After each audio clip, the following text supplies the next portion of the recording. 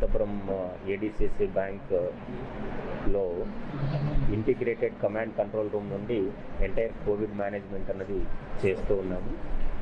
జిల్లాలో ఉన్నటువంటి కోవిడ్ మేనేజ్మెంట్కి సంబంధించి వేరియస్ ఒక్కొక్క ఫంక్షన్కి ఒక్కొక్క నోడల్ ఆఫీసర్ని మనం వేసుకోవడం జరిగింది.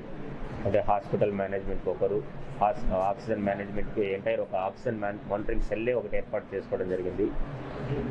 అలాగే కాంటాక్ట్ ట్రేసింగ్కి, టెస్టింగ్కి, అవేర్నెస్కి ఇలాగా ఒక్కొక్క ఫంక్షన్కి ఒక్కొక్క నోడల్ ఆఫీసర్ని పెట్టుకొని జిల్లా స్థాయిలో ఉన్నటువంటి జిల్లా లెవెల్ అధికారులను ఈ నోడల్ ఆఫీసర్స్ వేరియస్ పనులకి హెడ్స్గా పెట్టుకోవడం జరిగింది. ఒకే చోట ఉండి ఒక కోఆర్డినేటెడ్ వేలో పని చేసుకోవడం కోసము మన ఇంటిగ్రేటెడ్ కమాండ్ కంట్రోల్ సెంటర్ని ఏర్పాటు చేసుకోవడం జరిగింది. ఇది ఇంతకుముందు కలెక్టరేట్ నుండి ఆపరేట్ అవుతుంది. ఇంకా బెటర్ కోఆర్డినేషన్ కోసం మనం ఇక్కడ నుండి పెట్టుకోవడం జరిగింది. ఎటువంటి అంటే ఒక యాక్టివిటీకి ఇంకొక యాక్టివిటీకి ఎటువంటి గ్యాప్స్ లేకుండా కంప్లీట్ హార్మనీతో కోఆర్డినేషన్ గ్యాప్స్ లేకుండా చూసుకోవడం కోసము ఈ కంట్రోల్ రూమ్ నుండే మానిటర్ చేస్తున్నాము. సో ఆల్ నోడల్ ఆఫీసర్స్ అంతా కూడా ఇక్కడే ఉంటారు, including collector, joint collectors, DFO గారు, all other officers will be here and nodal officers also will be there along with their respective teams. So ఎక్కడ ఎటువంటి issue వచ్చినా సెంట్రలైజ్డ్గా రెస్పెక్టివ్ ఆఫీసర్స్ కన్సర్న్డ్ డిపార్ట్మెంట్స్తో, కన్సర్న్డ్ అధికారులతో మాట్లాడుకొని ఆ ఇష్యూని ఇమీడియట్గా రిజాల్వ్ చేసే విధంగా మనం ఈ ఇంటిగ్రేటెడ్ కమాండ్ కంట్రోల్ సెంటర్ నుండి ఏర్పాటు చేసుకోవడం జరిగింది. So hopefully from now onwards there will not be any coordination gaps కావచ్చు, ఇంకా ఇతరత్ర చిన్న చిన్న ఇష్యూస్ కూడా రాకుండా 100% కోవిడ్ని కంట్రోల్ చేయడానికి ఎఫెక్టివ్ మెజర్మెంట్స్ అన్నది తీసుకుంటూ ఉన్నాం. మేనేజ్మెంట్కి సంబంధించి మనం ఇంతకుముందు ఒక సింగిల్ మానిటరింగ్ ఆఫీసర్ ఉండేవారు. అది మనం రీస్ట్రెంథెన్ చేసుకోవడం జరిగింది. సో ఆక్సిజన్ మానిటరింగ్కి ఒక సెల్ ఒకటి ఏర్పాటు చేసుకోవడం జరిగింది, district level oxygen monitoring cell. దాంట్లో joint collector revenue is the chairperson, joint collector development co చైర్పర్సన్గా, అలాగే డిఎఫ్ఓ గారు కో చైర్పర్సన్గా, అలాగే నోడల్ రెస్పెక్టివ్ ఆఫీసర్స్కి హాస్పిటల్కి సంబంధించినటువంటి సూపరింటెండెంట్స్, అలాగే హాస్పిటల్స్ యొక్క నోడల్ ఆఫీసర్స్, అలాగే రెస్పెక్టివ్ ఏరియాస్లో సబ్ కలెక్టర్ అండ్ ఆర్డీఓస్, అక్కడ ఉన్నటువంటి మున్సిపల్ కమిషనర్సు, తహసీల్దార్సు, ఈఈ, ఏపీఎంఎస్ఐడిసి, అలాగే ఆక్సిజన్ సప్లయర్సు. సో వీళ్ళందరినీ ఆక్సిజన్ మానిటరింగ్ సెల్లో కమిటీ మెంబర్స్గా పెట్టుకొని సో ఎక్కడికక్కడ జిల్లా స్థాయిలో, డివిజన్ స్థాయిలో, మండల స్థాయిలో, హాస్పిటల్ స్థాయిలో అన్ని విషయాలు అంటే ఆక్సిజన్ ట్రాన్స్పోర్టేషన్కి సంబంధించి కావచ్చు, ఆక్సిజన్ క్వాంటిటీ సప్లై చేయడంలో కావచ్చు, లేదంటే ఆక్సిజన్ కన్జంప్షన్ హాస్పిటల్ లోపు ఎవరెవరు ఎంత కన్జ్యూమ్ అవుతుంది, ఏ కేటగిరీ ఆఫ్ పేషెంట్స్కి అంటే వెంటిలేటర్ మీద ఉన్న వాళ్ళకి ఎంత కన్జ్యూమ్ అవుతుంది, ఆక్సిజన్ మాస్క్ మీద ఉన్న వాళ్ళకి ఎంత కన్జ్యూమ్ అవుతుంది, ఆక్సిజన్ నాజల్ ప్రాంగ్స్ ద్వారా తీసుకుంటున్న వాళ్ళకి ఎంత కన్జ్యూమ్ అవుతుంది, ఇలాగా ప్రతి కేటగిరీ అంటే మనం పేషెంట్స్ని కేటగరైజ్ చేసుకొని సో ఎక్కడెక్కడ కన్జంప్షన్లో ఒకవేళ దుర్వినియోగం లాంటిది ఏదైనా ఉంటే అటువంటివి లేకుండా మనం కంట్రోల్ చేసుకోవడం కోసం ఈ స్ట్రాంగ్ ఆక్సిజన్ మానిటరింగ్ సెల్ని జిల్లా స్థాయిలో రీస్ట్రెంథెన్ చేసుకోవడం జరిగింది. అండ్ హాస్పిటల్ స్థాయిలో ప్రతి వార్డుకి ఈ ఆక్సిజన్ మానిటరింగ్ కోసము డాక్టర్లకు సహాయంగా అడిషనల్గా బయట ఆఫీసర్ని కూడా ప్రతి వార్డుకి ఒక ఆఫీసర్ని పెట్టుకోవడం జరిగింది. సో దట్ ఒకవేళ అంటే 3 షిఫ్ట్లలో పెట్టడం జరిగింది. ఒక్కొక్క షిఫ్ట్లలో ఒక 2 ఆఫీసర్లు ఉంటారు.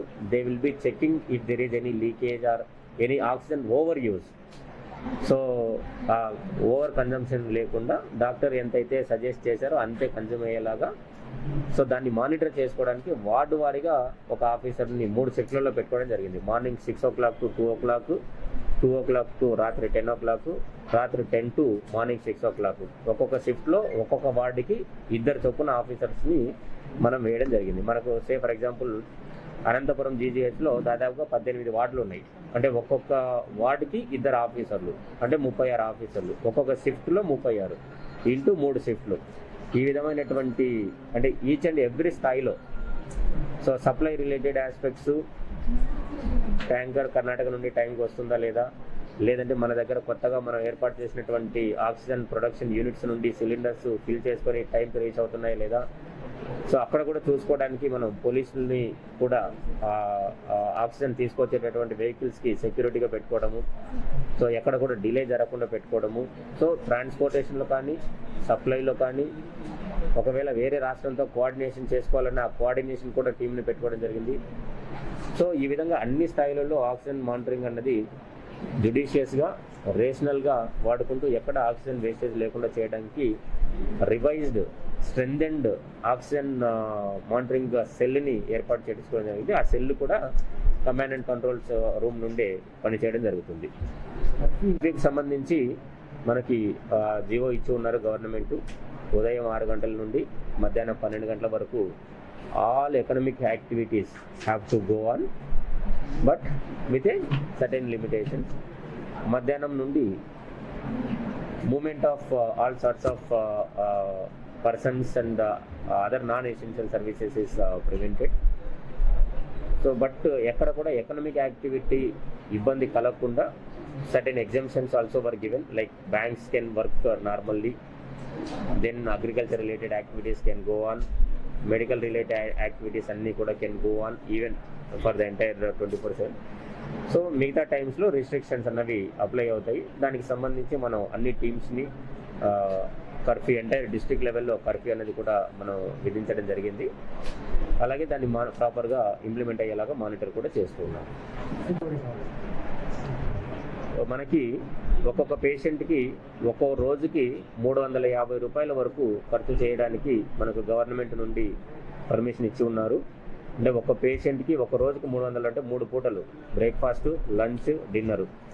సో మనకు 350 రూపాయలు పర్ డే అనుకుంటే ఒక లావిష్ భోజనం అన్నది పెట్టించవచ్చు. సో మనం ఇమ్యూనిటీ బూస్ట్ చేసే విధంగా వారానికి ఒక మెనూ అన్నది రెడీ చేసుకొని ప్రతిరోజు మార్నింగ్ ఏం సర్వ్ చేయాలి, మధ్యాహ్నం ఏం సర్వ్ చేయాలి, రాత్రి ఏం సర్వ్ చేయాలని చెప్పేసి మెనూ ఏర్పాటు చేసుకొని ఆ మెనూ ప్రకారము ఖచ్చితంగా అందేలాగా మన డిస్ట్రిక్ట్ టూరిజం ఆఫీసర్ని నోడల్ ఆఫీసర్గా పెట్టుకొని డిస్ట్రిక్ట్ టూరిజం డిపార్ట్మెంట్ నుండి అన్ని హాస్పిటల్స్కి, అన్ని గవర్నమెంట్ హాస్పిటల్స్కి అలాగే కోవిడ్ కేర్ సెంటర్స్కి కూడా ఎటువంటి ఇబ్బంది లేకుండా సెంట్రలైజ్డ్ కిచెన్ ఏర్పాటు చేసుకొని దాని ద్వారా ఇస్తున్నాము. అండ్ ఇమ్యూనిటీ పెంచేటటువంటి పొద్దున్నే ఉదయం రాగి జావ ఇవ్వడం లాంటిది, తర్వాత మళ్ళీ కాఫీ ఇవ్వడం లాంటిది, తర్వాత చికెను, ఎగ్స్, అంటే ఇమ్యూనిటీ పెంచే లాంటి భోజనాన్ని ఇస్తూ ఉన్నాము. భోజనానికి సంబంధించి స్టార్టింగ్లో కొద్దిగా పికప్స్ వచ్చినా కూడా now everything is set right. భోజనానికి సంబంధించి కానీ శానిటేషన్ వసతులకు సంబంధించి కానీ లేదంటే అక్కడ మెడికల్ కోవిడ్ కేర్ సెంటర్లో మెడికల్ రిలేటెడ్ ఆస్పెక్ట్స్ కానీ భద్రత విషయంలో కానీ ఎటువంటి గ్యాప్స్ లేకుండా సెట్ రైట్ చేసుకోవడం